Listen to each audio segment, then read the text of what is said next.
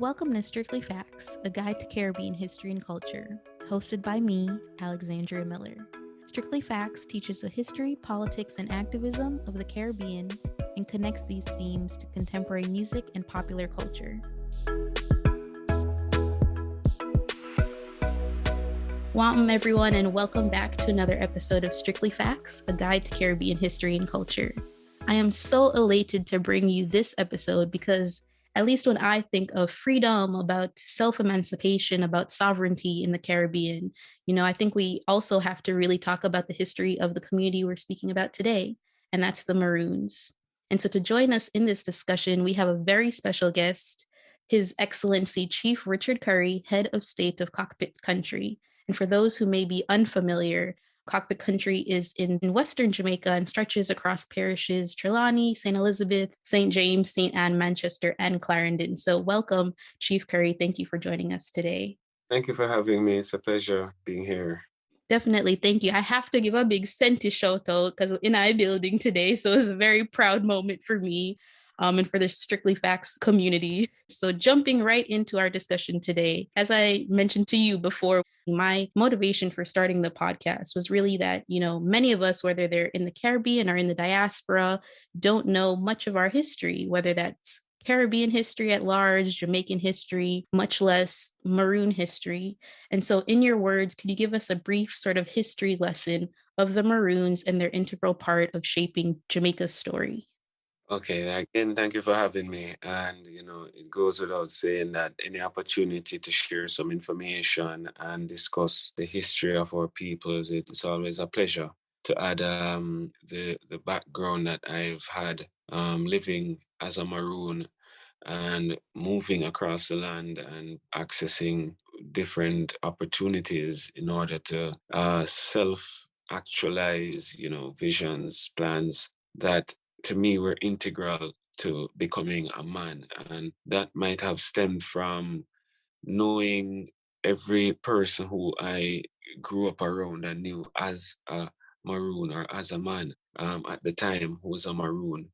There was always a level of independence, of freedom, of drive, of, diligence, hard work to attain betterment of self, and I think when we've heard the stories of Nani or Kojo and who the Maroons were, large chunks of that information would have been left out of the narrative, and the history that we've come to learn has swayed far from facts. And when I say facts, I'm talking about information that are held tightly by our ancestors, which have been passed down through decades of family and household traditions that have brought us to where we are today.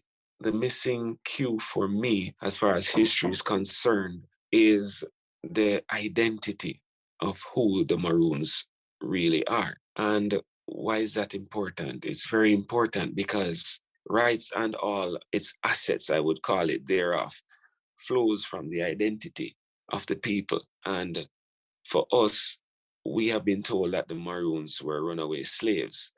And for the large part of it, we believe that everyone who took to the hills and lived in the hills and fought this war for 80 odd years were all runaway slaves is a false connotation. It's a false, repetitive misnomer that denies us or attempts to strip us of our identity. And what then people say, are you saying? Are you saying that Maroons are not Africans and the Maroons are other people are separate from us? No. What I'm saying is that the Maroons represent a collective of freedom fighters, persons who, at the time of oppression, at the time of incursion, decided to fight to protect and defend their land and their rights. And this conglomerate eventually grew as a result of the acceptance of many other runaway slaves who escaped the plantations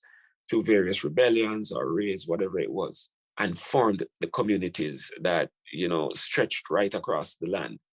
It's important to note that the Maroons were the Arawak, the AKA the Taino, who resided here on the land prior to Columbus arriving here, the same copper-toned, brown-haired Negroes that he described were the same persons who defended the land and aided those who ran away, showed them where to hide, showed them what was edible, showed them where to find water. And through their years, and I should say centuries, and intricate knowledge of the land and the seas, they were able to navigate, fortify, and defend the territory, forcing the British to submit in the war, right? Which raged, I repeat, for 83 years. So today, who are the Maroons?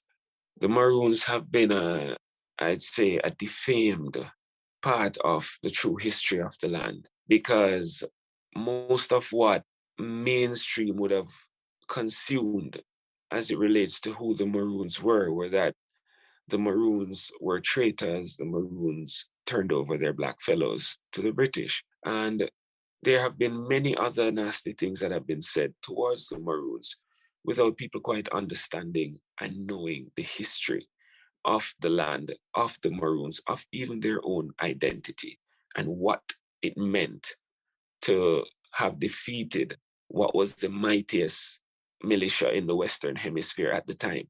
It wasn't Bushmen. These were tactical, skillful warriors who knew that what they were doing. So a lot that has not been told ought to know, be known. And persons should be now willing to open their minds to just, what if there is just a little bit more that I haven't heard or seen or read?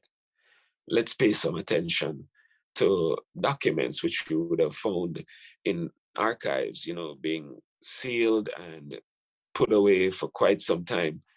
Some perhaps not to ever be seen again, right? Because the information which they contain could be considered damning to many actions of post-colonial governments or institutions to the detriment of indigenous people.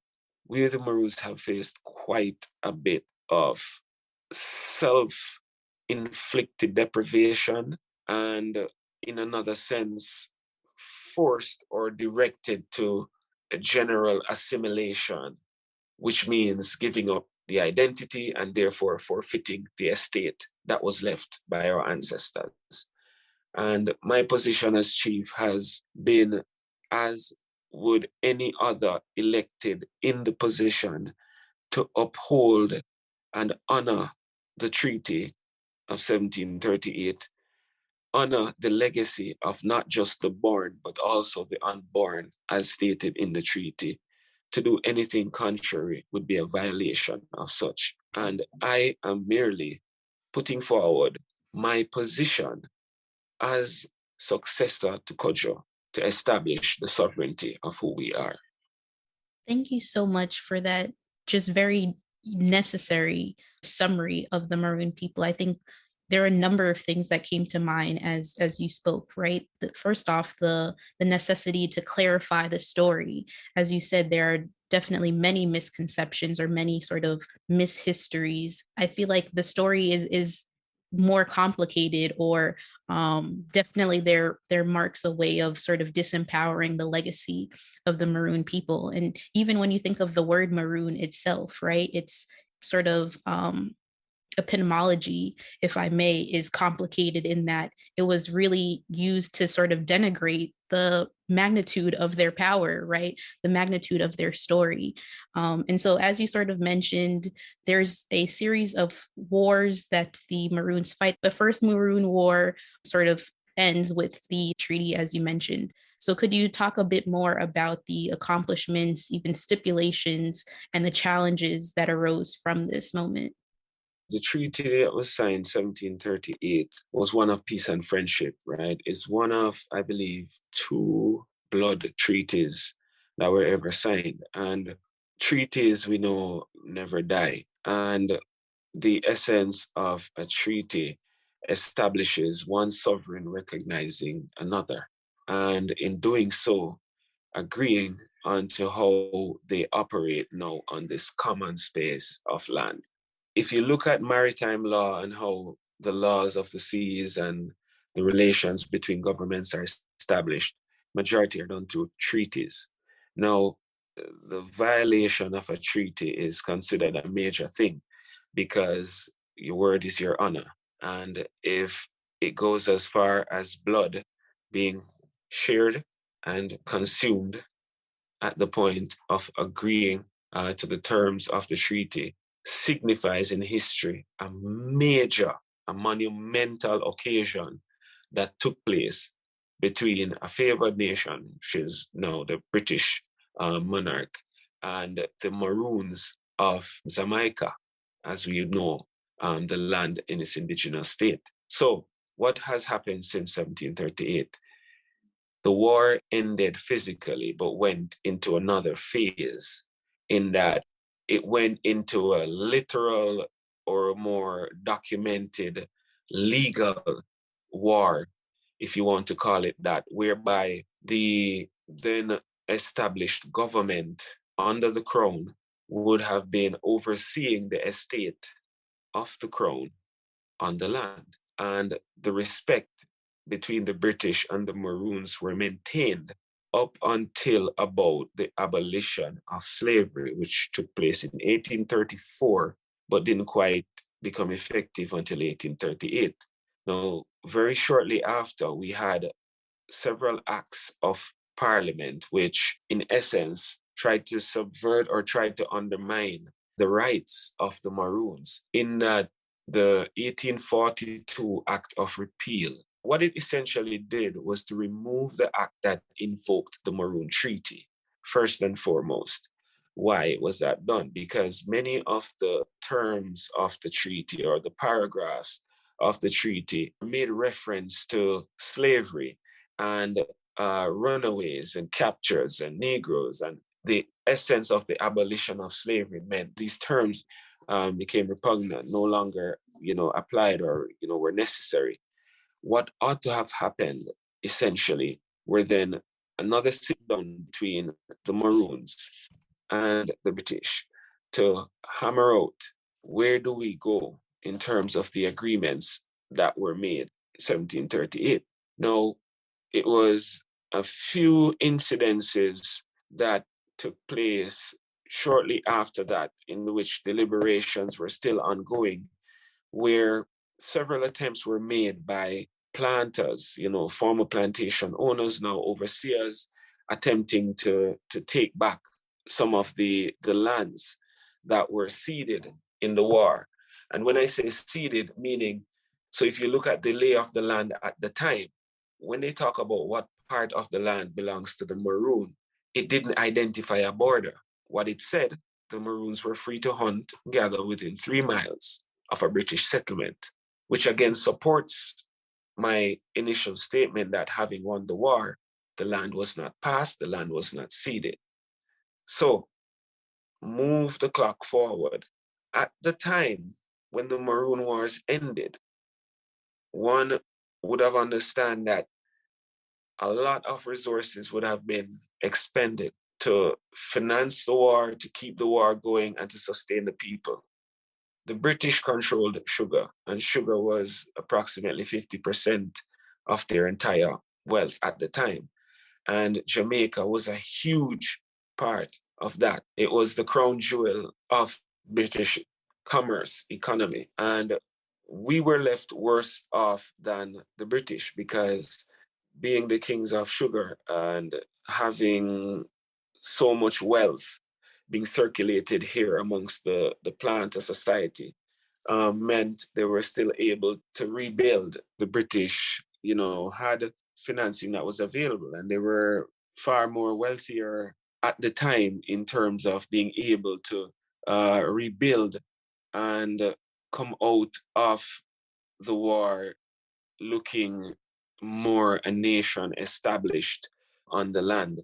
And the Maroons essentially kept to themselves, as we have always maintained the separateness of the Maroons and where our administrative headquarters, as you would put it, contractually would reside, and that's in the Cockpit Mountains. It's where the British never ever ventured. It's where they never ever were able to penetrate, and it was a deadly place in their records. So when you look at how we fared coming out of the war, our people were left marooned, as it said, and essentially not having access to proper, infrastructure. There were no roads, health facilities.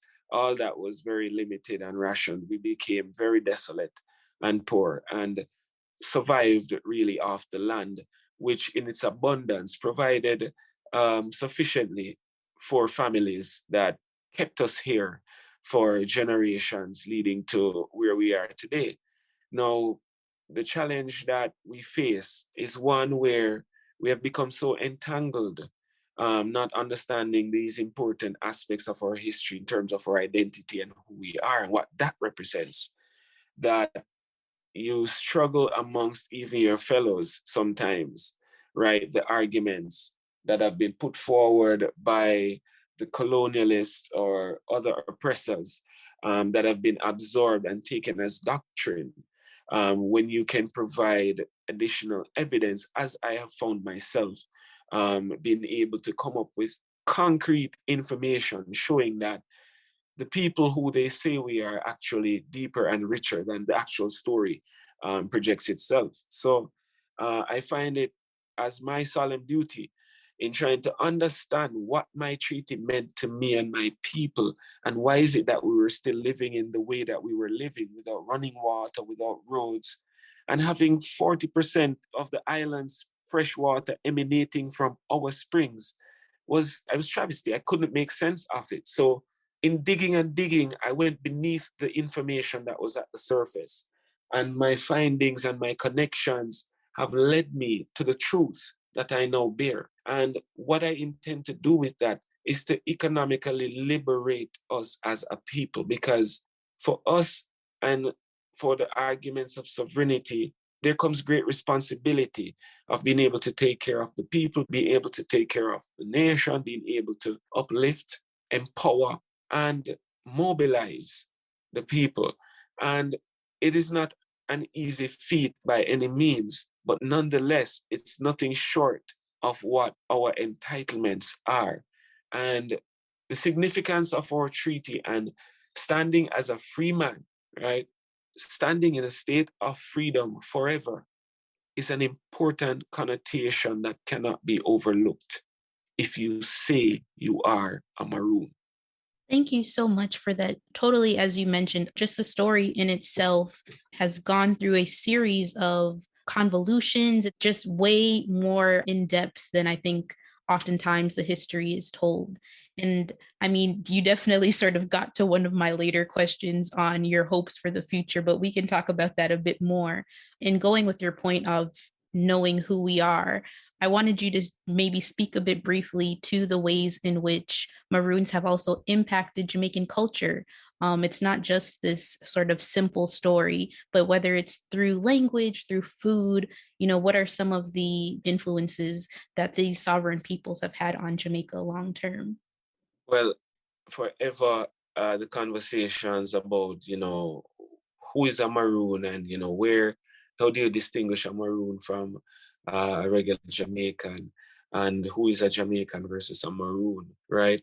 Again, it's not about separation. It's really about the importance of one's identity. A lot of our culture in terms of our food, let's take, for example, jerk, right? We celebrate jerk chicken. It's one of the greatest ever creations, I uh, agree. right? And it originated from just the people of the forest finding means and ways of preserving the meat and preserving their hunt, but also adding, flavor to the pot or to the meal. And that came about strictly through the Arawaks, and that is documented, right? So when they say jerk is from Jamaica, let's take it deeper. Jerk is from the Maroon, the dress. A lot of the dress, I would say, has been influenced by a Western culture nowadays. Traditionally, our people would dress, with simple flowing garbs and covering themselves from the sun, and, moving about with head wraps, and one would call it turban right now. the mode of how we distinguished ourselves has somewhat changed. But what has not changed is the creativity which stemmed from the depth of the people who surrounded themselves as the Maroons. There are varying cultures, varying peoples from different lands, different geographies who came here and aligned to fight the common enemy. Bits and pieces of each of those cultures have emboldened themselves across the land. And the dashiki and the kente and the Afro-generated interest in fashion stemmed from, of course, the descendants of many of who joined and in arms with the Maroons. Thank you for that. As you were talking, I was also thinking about the fact that, this history is not just solely found in Jamaica, right? There are what has been called maroon populations across, whether that's the Caribbean. So, you might think of the Garifuna in St. Vincent. You could stretch down to South America and think of the Quilombo in Brazil. And then it even gets further when you really dive deep into the Jamaican maroon population, who was forcibly removed to Nova Scotia and Canada, and then later moved to Sierra Leone. So, what are some of the ways that all of these different communities keep in contact with one another today? So each community has its head, its chief. So what typically existed was a conference that ensured all the chiefs had constant dialogue, and we were looking at how we move forward, in collective endeavors as far as the Maroon population was considered across the land. The body that was together at that point was known as the Secretariat, the Maroon Secretariat, and that body has since been dissolved. Now, the reforming of that body is what is currently taking place, and the structure is each member, including myself, would have a position on that body. And the collective discussion is around managing and ensuring the legacy of the Maroons continue and is preserved in its fullest. So that is something that continues. And outside of that, each community has its own yearly festival, or what we call annual recognition of the heritage and legacies of their people. And the upcoming one for Akompong, January 6th, is which we celebrate the signing of the treaty as well as Captain Cudjoe's birthday. We typically invite all the chiefs slash colonels to these ceremonies in recognizing their importance and also their contribution to the Maroon communities. Thank you so much. Yes, people definitely have to check out the ceremonies in January. And as my last and final favorite question, of course, what are some of your favorite examples of how, Maroon history shows up in contemporary popular culture? When you look at Bookman, Dottie Bookman, as you know him, who went and actually assisted the Haitians in fighting a revolution against the French. What Bookman signified at the time as an indigenous man who swore an allegiance to the indigenous army to protect the land is the same spirit that we see in many of our legacy bearers on the land, whether in living spirit or watching among us with our ancestors, people like Bob Marley, people like Usain Bolt, people who have gone against the odds to make a claim and state their position openly. Marcus Garvey, Mm-hmm. Leonard Howell, all these people who saw more than the average man and felt more than the average man, but was not afraid to express and show it where it mattered. Way I go. Stay tuned for Strictly Fact Sounds, where we connect our history to pop culture. What is a Strictly Facts episode without a little music? Pairing with Chief Currie's highly informative discussion of the Maroons and their spirit as evoked throughout Jamaican culture, you absolutely have to listen to the 1992 album Drums of Defiance, Maroon music from the earliest free Black communities of Jamaica. The album features 35 recordings of traditional Maroon music spanning across the island and the different drums and style of drumming used to highlight their enduring connections to their African and indigenous ancestry. And of course, how could I not mention the countless songs that pay homage to Maroon leaders, like Queen Nanny of the Maroons, the island's only national heroine, as well as Captain Cudjoe of the Leeward Maroons. One of my personal favorites, Great Queens of Africa by Rastafari poet, musician, and educator Muda Baruka, calls for all of us to search our history, including knowing about Queen Anne, who helped fight against the British. Another favorite is Black Uhuru's Guess Who's Coming to Dinner, or otherwise known as Dreadlocks Coming for Dinner. It is a remix of the 70s original, this time calling for all Rastas to live as one while calling on the spirit of ancestors like Captain Cudjoe in agreement. When was the first time you heard Queen Nanny or Captain Cudjoe mentioned in a song? Let us know some of your favorites on social media or send us a voice note to be featured in an upcoming episode. Thank you so much, Chief Currie. It was such a pleasure having you join our discussion today. Please let our listeners know how they can support and follow your initiatives. Thank you. So you can follow me on Twitter at Chief Richard Currie, also on Instagram at Chief Richard Currie, and GoFundMe projects by Chief Richard Currie. I thank everyone for their support. And, if there's more that you want to know, please check out my Instagram account. There's a lot of content and information there that should help others deepen their understanding and position as to where our posture stands at the moment. Thank you.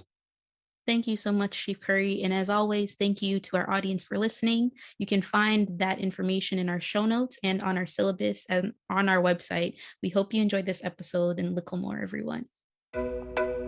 Thanks for tuning in to Strictly Facts. Visit strictlyfactspodcast.com for more information from each episode. Follow us at Strictly Facts Pod on Instagram and Facebook and at Strictly Facts PD on Twitter.